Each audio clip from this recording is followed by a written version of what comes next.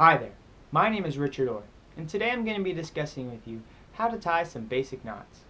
When traveling in the wilderness, knot tying is an important skill to possess. There are literally hundreds of knots out there, varying in different levels of complexity and difficulty.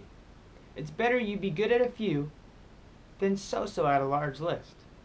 Being an outdoor enthusiast and a former Boy Scout, I've been tying knots for over 15 years, and throughout that experience, I find myself resorting to these same basic knots time and time again.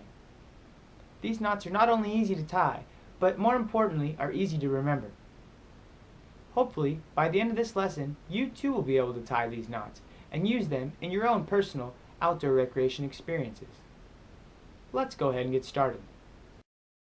The rope does not consist of many parts, but it's best we understand some basic terms before we get started. First, we have the running end, or the working end of the rope. This is your guide and what most of our knots are tied with. The opposite end of the rope is the standing end.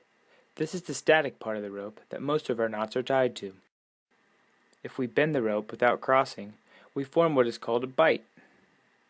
A loop is formed when the rope crosses over itself. There are two basic loops: an overhand loop, where the running end crosses over the standing end, and an underhand loop, where simply the running end passes under the standing end. Now that we have an understanding of some basic terms, we can go ahead and get started.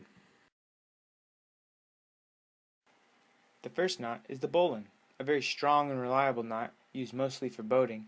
This is arguably the most important knot to know. Create an overhand loop in the standing end of the rope. Take the running end and pass it up through the loop, around the standing end, and back down through the loop. Adjust and pull tight, and you have the bowline.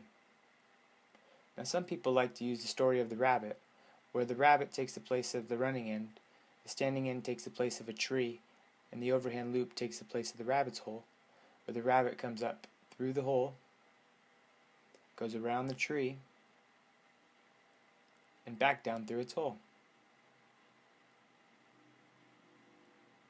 Adjust and pull tight, and you have the bowline.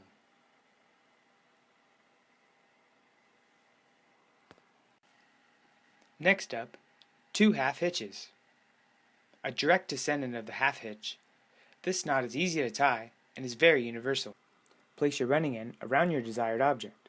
Create a loop by crossing the running end over the standing end. Tuck the running end through the loop and pull tight. You have a half hitch. To create another half hitch, take your running end, cross over the standing end, pull through the loop. You now have two half hitches. Let's try this one more time. Take your running end, place around your object, over the standing end, and through the loop to create a half hitch. Take your running end, around your standing end, through the loop to create two half hitches. Next up, the clove hitch and the rolling hitch. The clove hitch is used for quick tying to an object such as a post or a pole. Although very secure, the rolling hitch is still suggested under heavier loads. Pass the running end of your rope around your object, cross over the standing end, and over the object one more time, creating an X. Tuck back under through the loop, adjust ropes, and pull tight. You have the clove hitch. Let's try this again. Running end around the object, cross over the standing end and over the object, creating an X.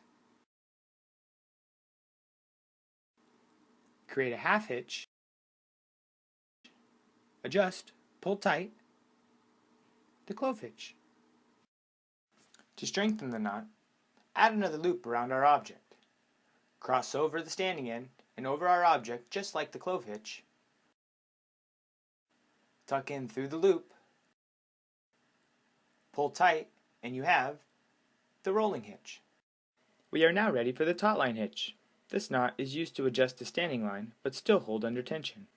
A useful knot, this is my favorite when setting up a tarp shelter or a rain fly. Start off by creating a loose half hitch. Take the running end and pass it through the loop once more.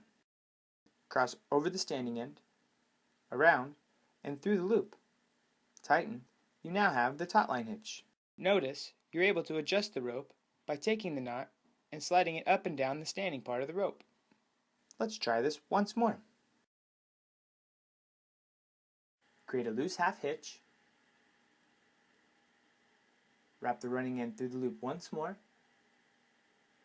Cross over the standing end, around, back through the loop. Tighten to create the taut line hitch. The last knots I will be teaching you are the figure 8 and the figure 8 follow through. If there is one knot you need to learn for climbing, this is it. Create an overhand loop with the running end of the rope. Pass around the standing end before passing down through the loop. Notice the rope creates a figure 8 shape. Let's try it again.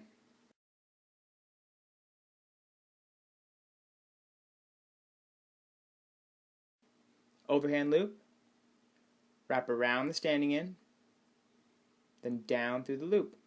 Pull tight, we have the figure 8. We are now ready for the figure 8 follow through. This knot is used when securing a rope to a climber's harness. After creating a figure 8 knot, allow for some slack on the running end of the rope. Pass the running end around your object and follow the running part of the rope back through the figure 8 in reverse. Adjust the rope so the line is flush and you have the figure 8 follow through. I will demonstrate once more. After creating the figure 8 knot, wrap the running end of the rope around your object. With the running end, follow it through the knot in reverse.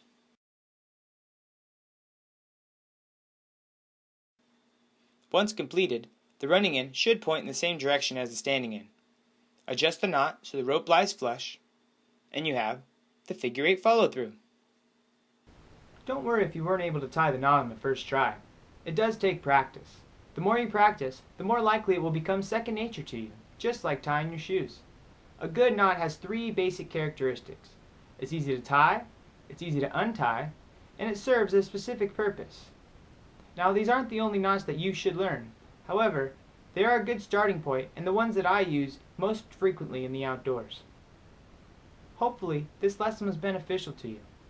My name is Rich Dorth, and thanks again for joining me.